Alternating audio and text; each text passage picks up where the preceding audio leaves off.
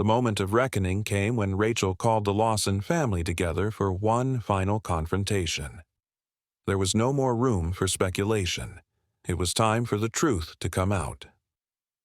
As the family members gathered, Rachel could feel the tension in the air, thick and palpable.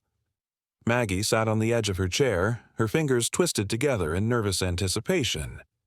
Daniel's eyes were downcast, his hands clenched at his sides, betraying his inner turmoil. Jake, as usual, was detached, leaning against the wall, arms crossed, his gaze distant.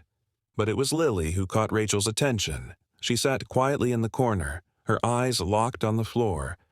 Rachel had spent hours piecing together the complex web of lies, motives, and secrets. The Lawson family had been under her microscope for weeks, but now, in this moment, she knew the truth. It was Lily. But why had she done it? Rachel had her suspicions, but she needed the confession to confirm them. "Maggie," Rachel began, her voice calm but firm. "You've been hiding something. I know it wasn't just Robert. You knew what was happening in your marriage, but there's more to it than that, isn't there?" Maggie flinched. Her lips trembled as she opened her mouth, but nothing came out. Rachel didn't wait for her to answer.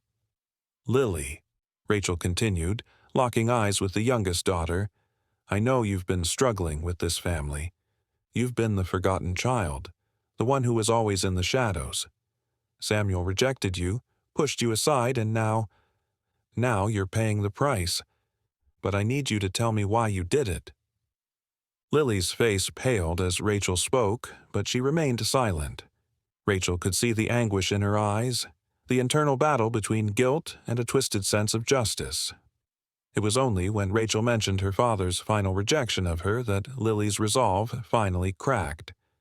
Lily's voice was barely a whisper as she spoke, but the words hit like a hammer.